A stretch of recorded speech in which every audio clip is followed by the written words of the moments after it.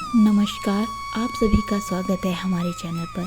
आज हम आपके साथ बहुत ही पौराणिक कथा शेयर करने जा रहे हैं, जब श्री कृष्ण ने सत्यभामा जी का, सुदर्शन जी का और गरुड़ जी का जो अहंकार था वो चूर चूर किया था। तो चलिए कहानी शुरू करते हैं। कमेंट में राधे राधे जरूर लिखिएगा। तो कहानी कुछ इस प्रकार है। श्री कृष्ण भगवान द्वारका में रानी सत्यभामा के साथ सिंहासन पर विराजमान थे। निकट ही गरुड़ और सुदर्शन चक्र भी बैठे हुए थे। तीनों के चेहरे पर दिव्य तेज झलक रहा था। बातों ही बातों में रानी सत्यभामा ने श्री कृष्ण ने पूछा कि हे प्रभु, आपने त्रेता युग में राम के रूप में अवतार लिया था। सीता आपकी पत्नी थी, क्या वह मुझसे भी ज़्यादा सुंदर थी? द्वारकाधीश समझ गए कि सत्यभामा को अपने रूप का अभिमान हो गया है। तभी गरुड़ ने कहा कि भगवान, क्या दुनिया में मुझसे भी तेज गति से कोई उड़ सकता है?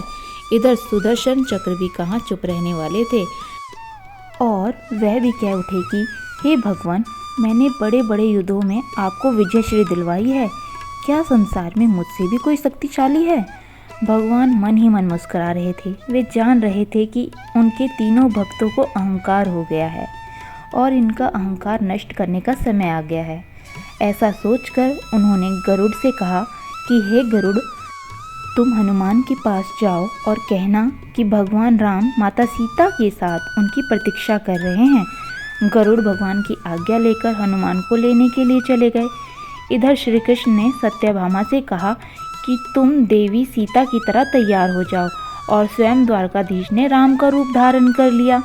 मधुसूदन ने सुदर्शन चक्र को आज्ञा देते हुए कहा कि तुम महल के प्रवेश द्वार पर पहरा दो और ध्यान रहे कि मेरी आज्ञा के बिना महल में कोई प्रवेश ना कर सके। भगवान की आज्ञा पाकर चक्र महल के प्रवेश द्वार पर तैनात हो गया। गरुड़ ने हनुमान के पास पहुंचकर कहा कि हे वानर श्रेष्ठ, भगवान राम माता सीता के साथ द्वारका में आपसे मिलने के लिए प्रतीक्षा कर रहे हैं। आप मेरे साथ चले, मैं आपको अपनी पीठ पर बैठाकर शीघ्र ही वहां ले जाऊंगा।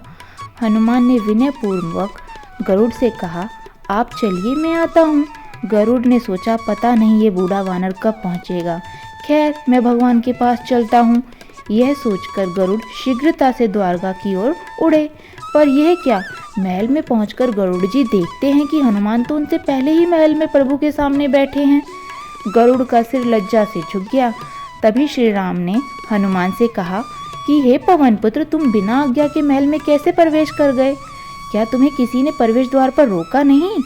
हनुमान ने हाथ जोड़ते हुए सिर झुकाकर अपने मुंह से सुदर्शन चक्र को निकालकर प्रभु के सामने रख दिया।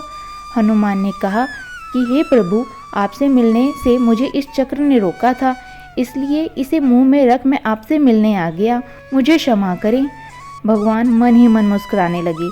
हनुमान ने हाथ जोड़ते हुए कहा, श्री राम से प्रश्न करते हुए कि हे प्रभु, आज आपने माता सीता के स्थान पर किस दासी को इतना सम्मान दे दिया कि वे आपके साथ सिंहासन पर विराजमान है? अब रानी सत्यभामा का अहंकार भंग होने की बारी थी।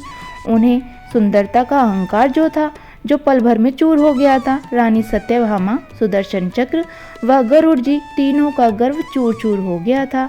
वे भगवान की लीला समझ रहे थे, भगवान के चरणों में झुक गए। अद्भुत लीला है प्रभु की। अपने भक्तों के अहंकार को अपने भक्तों द्वारा ही दूर किया उन्होंने। तो इससे हमें ये क्या शिक्षा मिलती है? सार इस कहानी का ये है, जीवन में कभी भी अहंकार नहीं करना चाहिए। जरूरी नहीं कि आज जो आपके पास है वे कल भी होगा। अपने अंदर जरा सा भी अगर अहंकार आने लगे तो स्वयं ठाकुर जी हमसे दूर हो जाते हैं। ठाकुर जी को निस्वार्थ भक्तों की ज़रूरत है, अहंकारी भक्तों की नहीं। तो जय श्री राधे राधे।